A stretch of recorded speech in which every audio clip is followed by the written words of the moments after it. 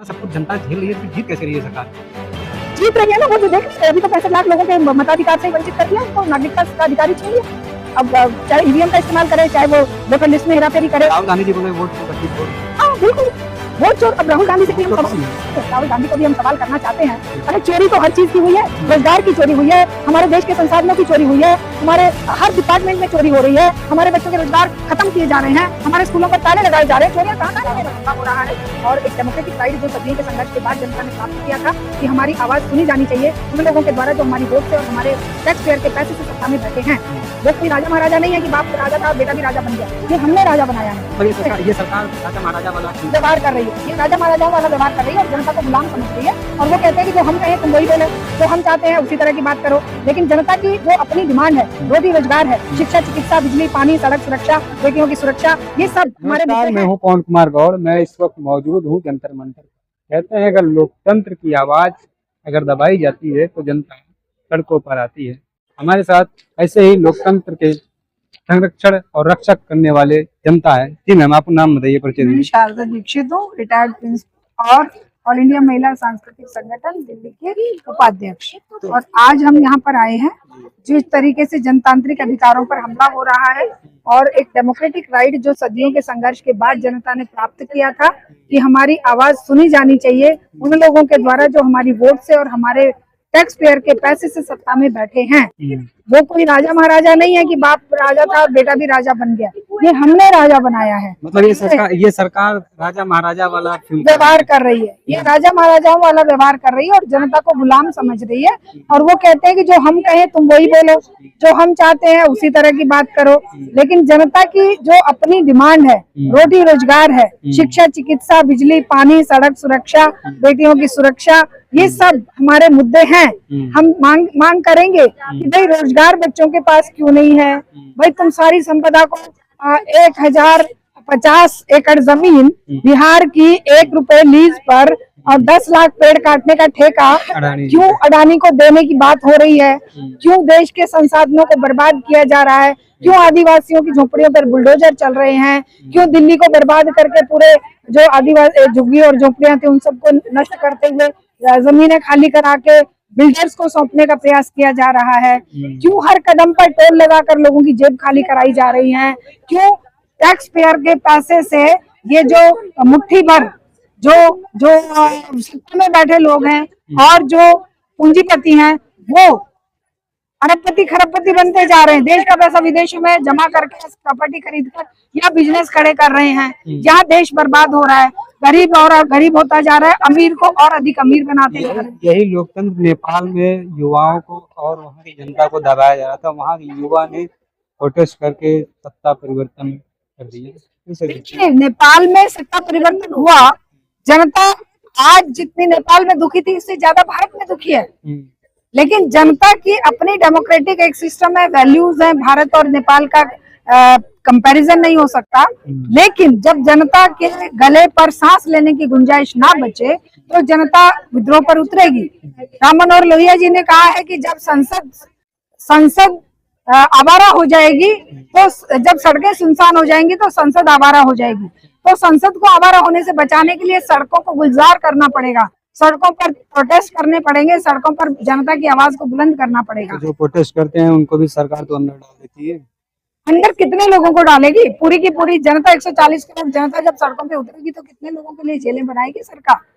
और जेलों में डालने वाले भी तो हमारे भाई बेटे हैं। अभी तो पंजाब में बाढ़ हुई थी, प्रधानमंत्री जी वहाँ पे गए, बहुत देर में गए, तो पंजाब किस तरह से देखते हैं? तो लोगों के दुख दर्द और कष्टों से कोई मतलब नहीं है। 2-2.5 साल तक जल रहा है मणिपुर, वहां जाकर अब अपनी खाना पूर्ति करके आए हैं, जले पर नमक छिड़क कर आए हैं। वहां औरतों को नंगा घुमाया गया, आदिवासी आपस में मरकट रहे हैं, जो मंदिर मस्जिद और चर्च जला दिए जा रहे हैं। लेकिन इनकी सेहत पर कोई फर्क नहीं पड़ता। प्रधानमंत्री ये अपनी 95-100 यात्राएं विदेशों की करेंगे, 8,500 करोड़ के हवाई जहाज में बैठकर अकेले अपना झंडा फहराते हुए विदेशों में मोदी अडानी और अंबानी के लिए व्यापार ढूंढ रहे हैं। लेकिन देश में क्या हो रहा है? अगर पंजाब बर्बाद हो रहा है, अगर बिहार में लोग रोजगार की मांग कर रहे हैं, अगर मणिपुर जल रहा है, अगर दिल्ली में बाढ़ आकर और घर घर में बुलडोजर चलाए जा रहे हैं, लोगों को बर्बाद किया जा रहा है, मोदी जी पर कोई फर्क नहीं पड़ता। मोदी जी दो ही काम करते हैं, या तो विदेश यात्राओं पर जाएंगे, जो कि विदेशों में भारत को बर्बाद करके रख दिया, बदनाम करके रख दिया, कोई भी हमारा दोस्त नहीं बचा आज के दिन, या फिर चुनाव रैली संबोधित करते हैं। वो विदेश यात्राओं का, सिंदूर ऑपरेशन का, सबका जो निचोड़ लेकर फिर चुनाव की रैली में लग जाते हैं, वहां पर फिर वोट मांगते हैं। मेरी माँ को गाली दे दी, मैं शिव जी का भगत हूँ, मैं मेरे ऊपर बहुत अन्याय अत्याचार हो रहा है, मैं अपने आप को इतना महान बना लिया है। तो किसी को माँ को गाली देना ये कहीं जायज है क्या? बिल्कुल जायज नहीं है, लेकिन वो गाली देने वाले भी तो यही लोग हैं। गाली तो इनका कल्चर है, इनके मुख्यमंत्री गालीबाज है, इनके संसद में मंत्री गालियां देते हैं।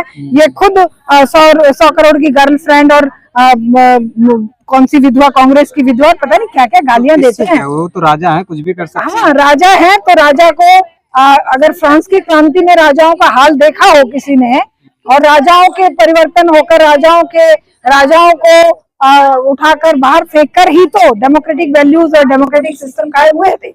आज अगर वो राजा बनकर किसी को कुछ भी कहेंगे और जनता अपने गुस्से को प्रकट करने के लिए स्पेस चाहेगी और ये उस पर प्रतिबंध लगाएंगे, तो जनता ऐसे ही स्वीकार नहीं करेगी, क्योंकि राजा महाराजाओं का समय चला गया। आज समय डेमोक्रेसी का है, डेमोक्रेटिक वैल्यूज से दुनिया चलती है। ये देश भी डेमोक्रेटिक वैल्यूज के आधार पर ही चलेगा। ये किसी राजा के रुतबे से नहीं चलेगा, 8.5 करोड़ के हवाई जहाज में बैठने से नहीं चलेगा। 12 एकड़ के घर लेकर उसमें अपना हिरन और मयूर पाल के, मोर पालकर और उनके साथ मौज मस्ती करके देश नहीं चलेगा। हवाई चप्पल पहनने वाला भी हवाई जहाज में जाएगा। बिल्कुल कर तो दिया। हवाई चप्पल वाले के लिए तो ट्रेन भी नहीं छोड़ी, वो भी अडानी के हाथ बेच दी। हवाई चप्पल वाला तो जानवरों की तरह लद कर बेचारा कैसे कैसे मरते कटते हुए घर पहुंचता है। वो मजदूर जिसको त्योहारों पे अपने बच्चों के साथ जाकर त्योहार मनाना होता है, उसकी हालत देखिए ना, बस कैसे ट्रेन भरी होती है जैसे कि सामान ठूसा हुआ है। और ये भेड़ बकरी से भी बदतर जीवन होता है, कोई कट के मर जा रहा है, कोई बेचारा। अभी देखा था आपने बॉम्बे में कैसे ट्रेन के नीचे कुचल के लोग मर गए थे, कैसे आपने इसके टाइम, कोरोना के टाइम देखा कैसे गाड़ियां उनके ऊपर से गुजर गई। तो ये जो व्यवस्था है, ये व्यवस्था आज सड़ चुकी है। इस व्यवस्था को उखाड़ कर फेंके बिना मानव मात्र का कल्याण संभव नहीं। जब इतना सब कुछ जनता झेल रही है तो फिर जीत कैसे रही है सरकार? जीत रही है ना, वो जो देख रहे हैं, अभी तो 65 लाख लोगों के मताधिकार से ही वंचित कर दिया, उनको नागरिकता का अधिकार ही छीन लिया। अब चाहे ईवीएम का इस्तेमाल करे, चाहे वो वोटर लिस्ट में हेराफेरी करे। राहुल गांधी जी बोले वोट चोर गद्दी छोड़। हाँ बिल्कुल, वोट चोर। अब राहुल गांधी से भी हम सवाल, सुनिए, राहुल गांधी को भी हम सवाल करना चाहते हैं। अरे चोरी तो हर चीज की हुई है, रोजगार की चोरी हुई है, हमारे देश के संसाधनों की चोरी हुई है, हमारे हर डिपार्टमेंट में चोरी हो रही है, हमारे बच्चों के रोजगार खत्म किए जा रहे हैं, हमारे स्कूलों पर ताले लगाए जा रहे हैं। चोरियां कहाँ कहाँ नहीं हो रही। और विपक्षी दलों से भी सवाल करना चाहते हैं कि पक्षों विपक्षों सभी पूंजीपतियों के चरणों में उठक बैठक लगाते हैं, उनसे चंदा लेते हैं, चुनाव लड़ते हैं। केवल जनता और हम जैसे जो लोग हैं वो ही जनता की आवाज इस संसद तक पहुंचाएंगे और जनता को एजुकेट करेंगे। ये जनता को गुमराह करते हैं, ये जनता को धर्मांधता में घुसाते हैं। उनको कहीं कांवड़ में लगाएंगे, कहीं गोरक्षा में लगाएंगे, कहीं चारधाम यात्रा में लगाएंगे, वनों पहाड़ों को बर्बाद करेंगे, लाखों करोड़ों पेड़ काट देंगे, वो क्या है, हमारे पहाड़ों को उससे उड़ा देंगे और फिर कहेंगे बाढ़ आ गई है, घर के घर बर्बाद हो रहे हैं, गांव के गांव बहकर चले जा रहे हैं। ये गुमराह करेंगे, बर्बाद करेंगे, लेकिन जनता खुद रोजगार नहीं देंगे। रोजगार नहीं देंगे। रोजगार 4 लाख 10 लाख पोस्ट खाली पड़ी है, उनको खत्म कर दिया जा रहा है। अगर 4-5 साल तक उसको नहीं भरा गया तो कहते हैं इसकी जरूरत ही नहीं है। तो बहुत सारे तरह के लड़ाइयां लड़ने की जरूरत है। खाली वोट की लड़ाई लड़ने से नहीं चलेगा। आजादी वोट से नहीं मिली थी, लड़कर लोगों ने सड़क पर उतरकर ग्रांड करी थी, इसलिए लड़ना पड़ेगा भाई। आखिरी संदेश यही है।